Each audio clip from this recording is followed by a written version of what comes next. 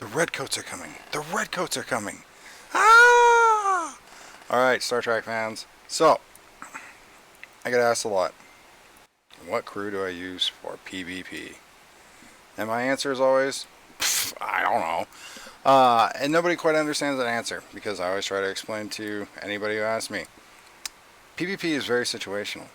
And especially with territory takeovers, those of you who may not have been very PvP oriented before, are now going to actually be expected to help defend the homestead, keep out the redcoats. They want your stuff.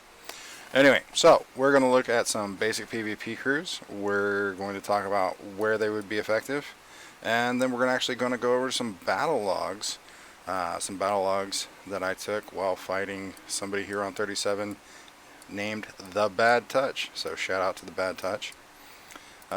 First off, we're going to look at our ship.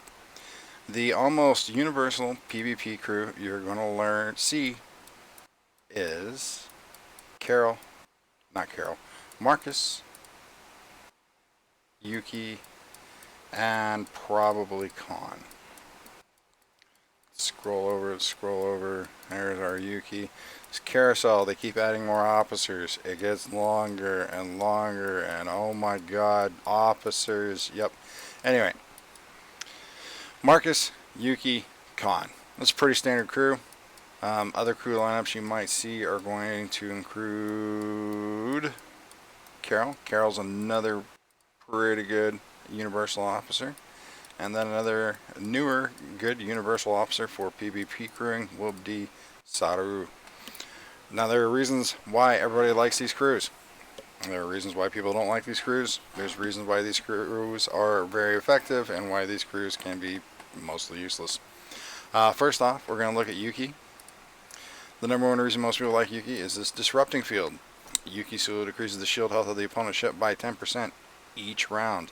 So 10 rounds, if you're doing 0 damage per turn, and those shields are going to be gone. You're straight into the armor, you're going for that nougaty goodness. Her officer's ability is Romulan Grudge. Mind you, my Yuki is at tier 4. Romulan Grudge.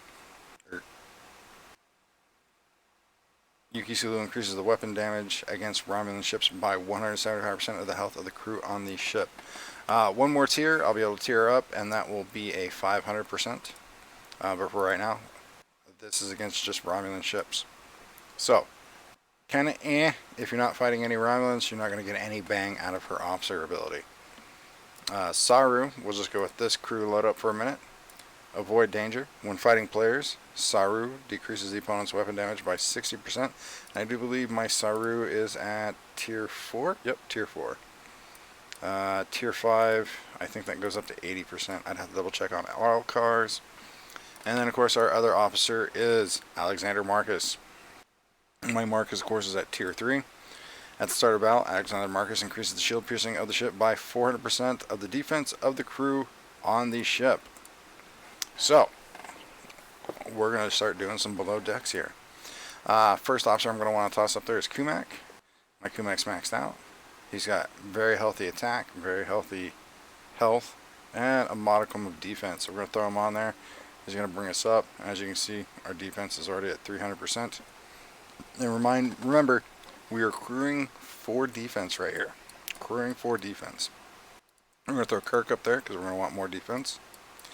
We also want to bring up our health and our attack. Good health dump officer is going to be Nero. And of course, we've got our 300%. Now, we've got 300% across the boards, and if we weren't dealing with an officer that actually required a stat of the ship as a whole, we wouldn't worry about going any further. But Marcus, as we said, shady methods, 400% of the defense of the crew on the ship. So we're going to stack some more. We're going to go Spock. Spock's a defense officer. Bones has got some defense. Who else do we have that's got defense? Mitchell? Mitchell's got a good chunk of defense. Alright. So, we are now at a full bottom row crew loadout. We're going to hit confirm. Remember, 400% of the defense of the officers on the ship. Oops, too far. So we're going to break out our calculator, bring that over. Defense, 16,000. We're just going to do simple math. 16, 1, 2, 3,000 times 4. 64,000. 64,000. Now, for those of you that aren't aware, here's how combat works. 64,000 on shield piercing. Details, defense of my Gladius, for example. Shield deflection, 2,300. That means my shield deflection is going to have zero effect whatsoever against this crew loadout. We'll flip over here real quick. Look at the Centurion. Base shield deflection, 70,000. What was that number again? Wrong button. I think it was 62,000. Yeah. Anyway, that's almost the entirety of the shield deflection of this particular target baseline stats. Of course, it's going to go higher with officers and whatnot. So, Yuki is stripping the shields. Marcus is bypassing the shield deflection, getting straight into that shield health and straight into the hole in the armor. And then, of course, Saru is bringing down our damage. Another officer you're going to see is Carol. And this Carol, I think, is at tier 3. That would be correct. Carol is going to increase the weapon damage by 30%. And just check something. Details. Where's our DPR? Damage per round, 489k. Now we're going to slop in Carol. Oops, did I already scroll past her? Yes, I did. I keep going too far. And of course, that brings our damage around to 512k. 512. Other officers we're going to see, like I said, is Khan. Khan is a great officer. If you have taken the time to grind him out, spend your transporter patterns, and augment recruit packs. Khan, Savage Tenacity. Every time the ship is hit by a ship or defense platform weapon attack, Khan increases the critical chances by 3%. This is cumulative, boys and girls. So when you're fighting other ships, and weapons with multiple shots will only trigger this ability once per attack. So, just for an example, fighting against a Centurion, firing pattern on the Centurion is 2, 4, 4, 4, 4. The 2 technically only counts as 1 because that first weapon that fires in that round is actually 2 shots from the same weapon. So, would not give you that cumulative bonus. So, basically, every round, this Khan, for example, is going to increase the critical chance of my ship by 9%. After 5 rounds, that's 45% increase to my critical hit chance.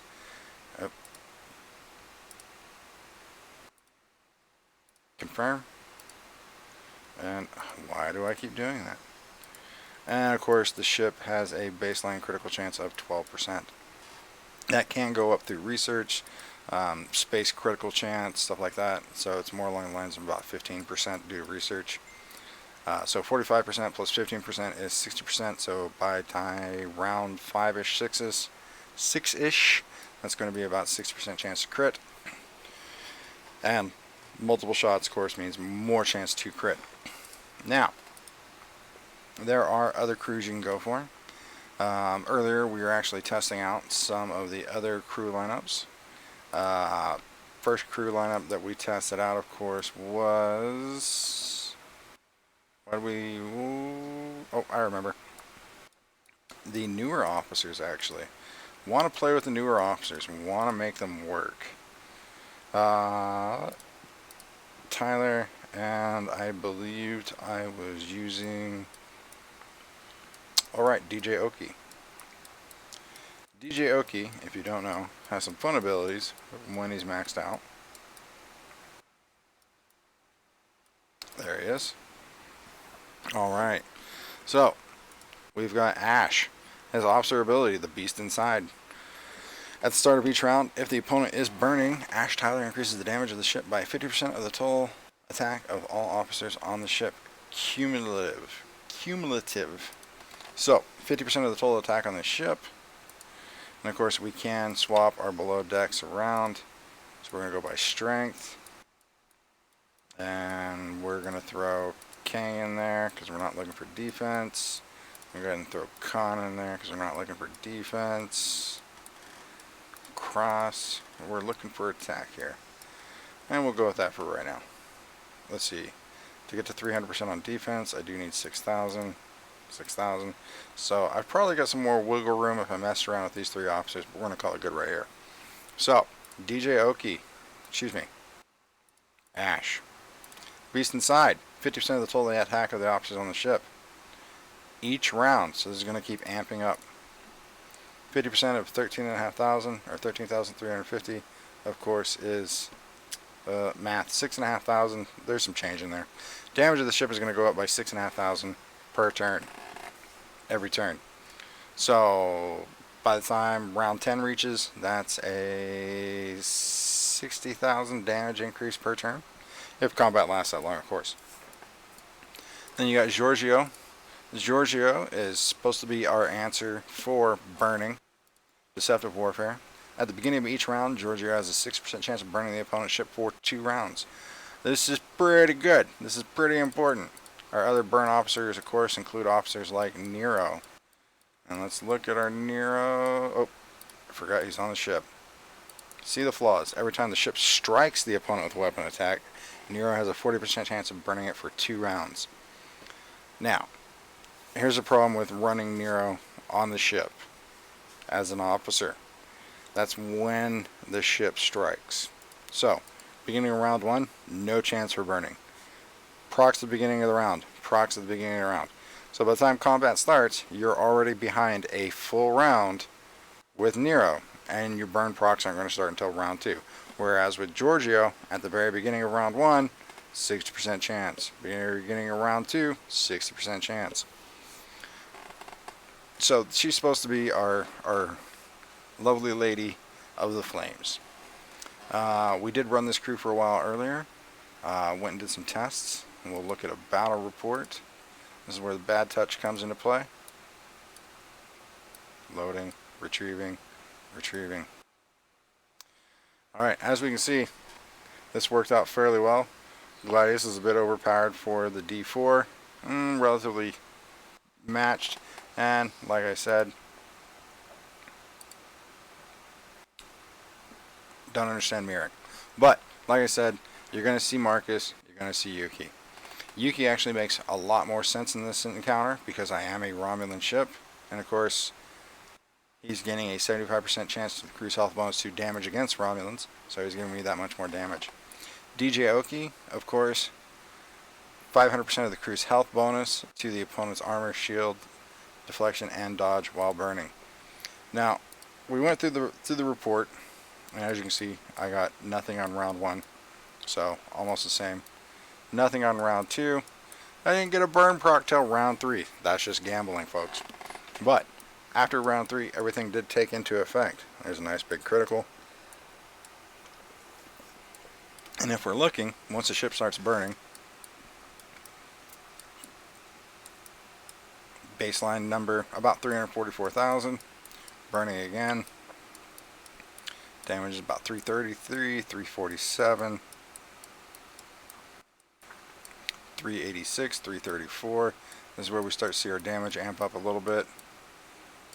Round 9, 372 to 383.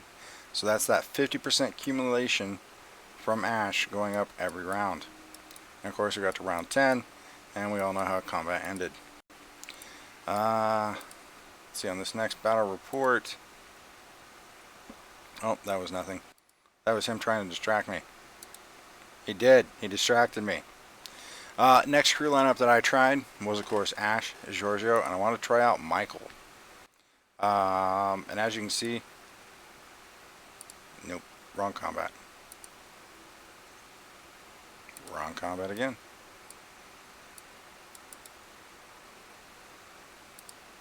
Where is the... Oh, defeat. Right there in the middle. My bad. So, he had just intercepted me with his Vortis and had managed to bring my shield health down and knocked off roughly 20% of my health. Still, a very close fight. So we want to go with Ash, we want to go to Giorgio, and I want to try out Michael. Michael, 30% of attack removed from opponent's shield health points for every attack. Fires three shots per round on round 1, 1 shot per round on round 2, 3-1, 3-1, 3-1. And if we look at the battle report, roughly the same amount of time combat. Didn't see too much difference with this crew. And then, after playing with him for a little bit, I then switched crews. And this is the advice that I give everyone, because PvP is very situational. Crew for the ship that you are fighting. Sometimes you can crew for your opponent's crew. Sometimes that makes sense. Various crew combinations. If you're going up against, say, you know, a burn crew with Vemit, putting Spock on the bridge to counteract Vemit, and a morale crew, for example, makes perfect sense. They cancel each other out. Therefore, neither side is getting any sort of advantage. But I wanted to go ahead and prove a point as far as crewing for the ship. Now, I'm fighting Interceptor on Interceptor, so there's no triangle advantage, but I broke out Kang, the Dahar Master. Blood Oath. At the start of battle, Kang increases the accuracy of the ship by 400% of the attack of the crew of the ship. Accuracy, baby. What does a D4 have? Dodge. Alright, so we're going to look at this. 400% of the attack. Attack is 13,000. Bring up our calculator again. 13,000 times 4 equals 52,000. So that's 52,000 point bonus to our accuracy. Our accuracy is 10k, so that brings us up to 62k. And when we look back into our battle logs, let's see, defeat, victory, boom. Much more definitive ending to combat right there. And if we look on his defenses, here's his dodge, 126,000. With Kang, we are increasing our accuracy to what number again? 10,000, 62,000. So we meet almost half of his dodge in accuracy, which is allowing us to hit bigger, hit harder. Went too far. Let's look at the battle log. See, there's that bonus going right off at the start.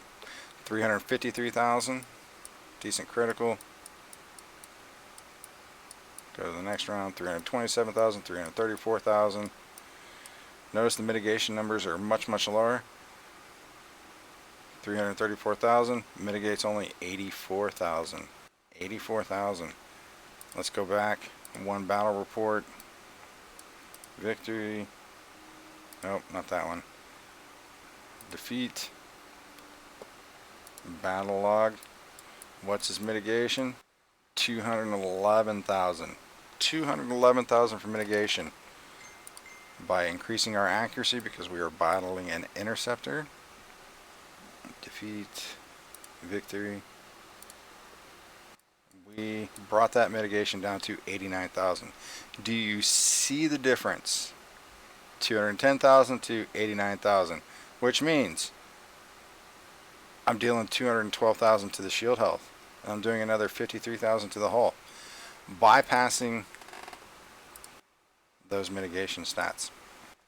And then I decided to take it one step further.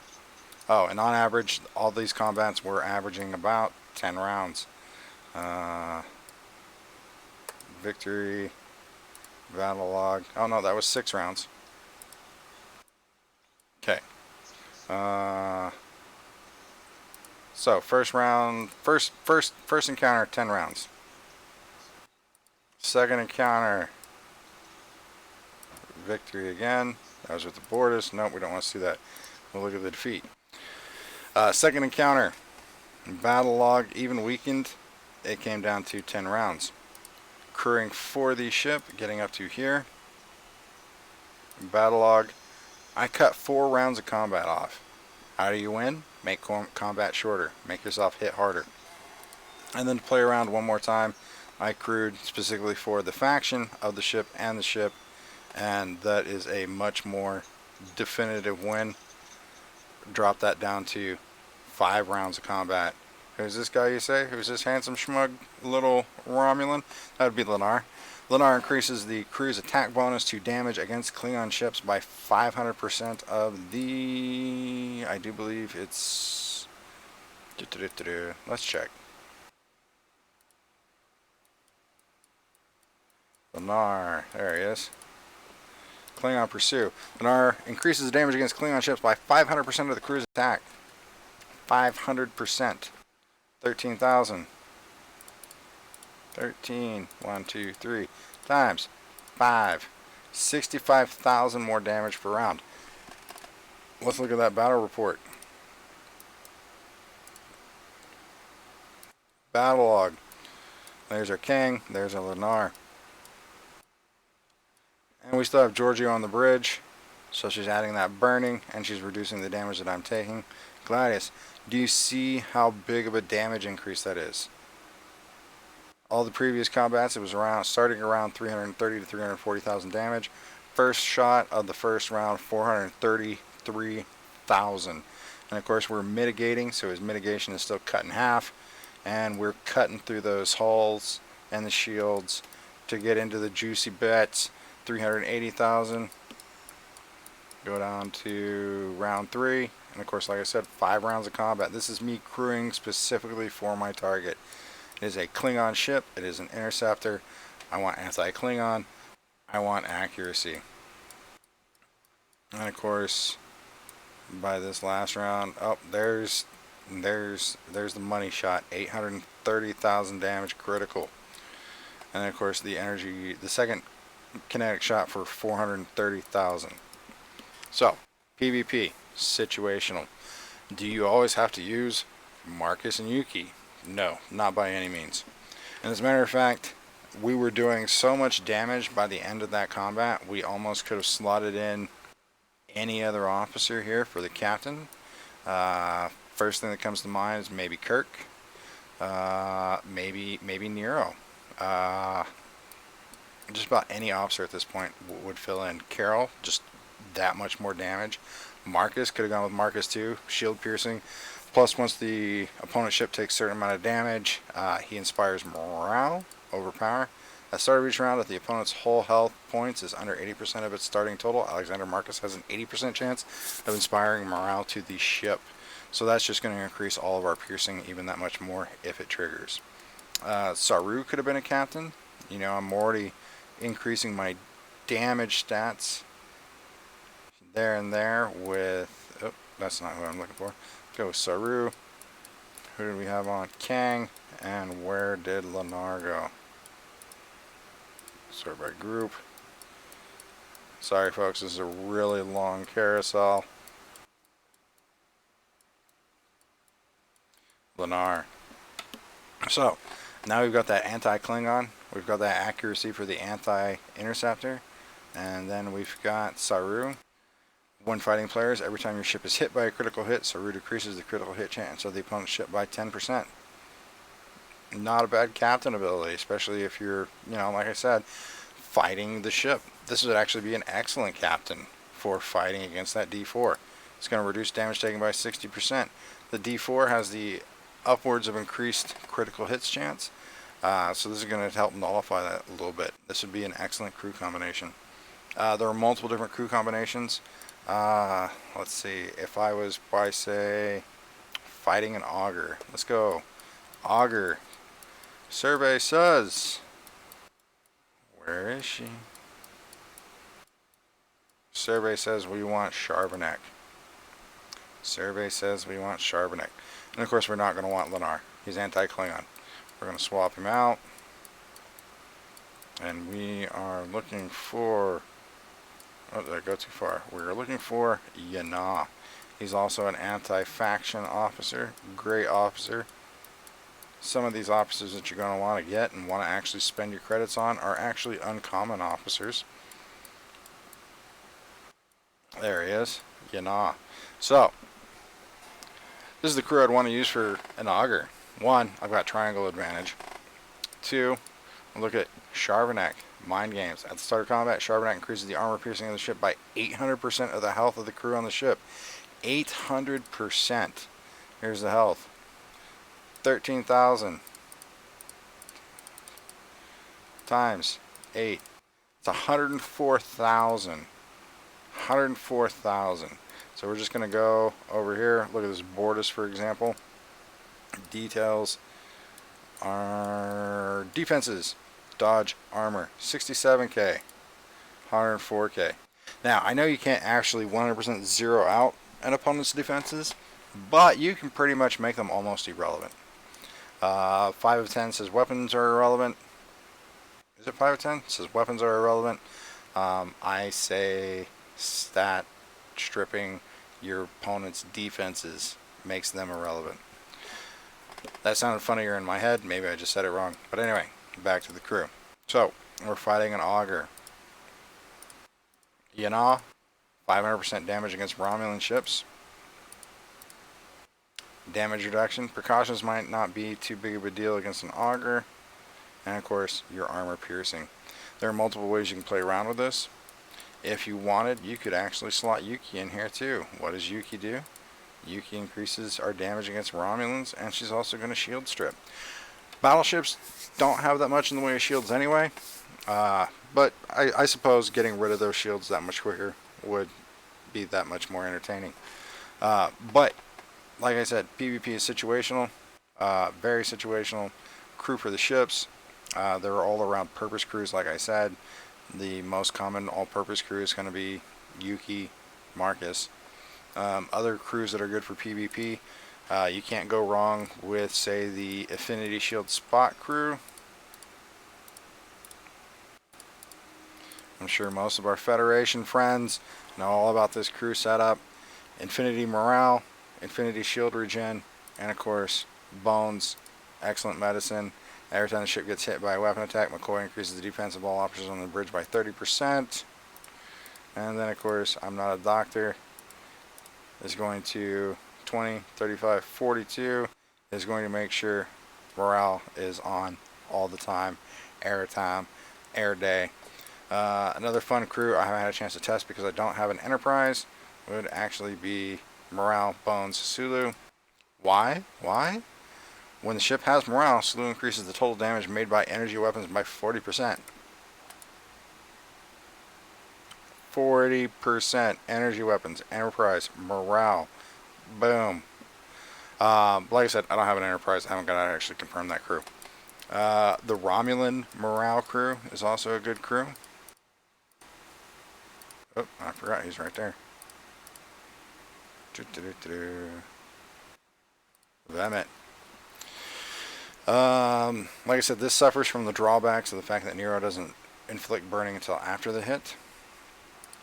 But at the beginning of each round, Kumak increases the stats of all officers on the ship by 15%.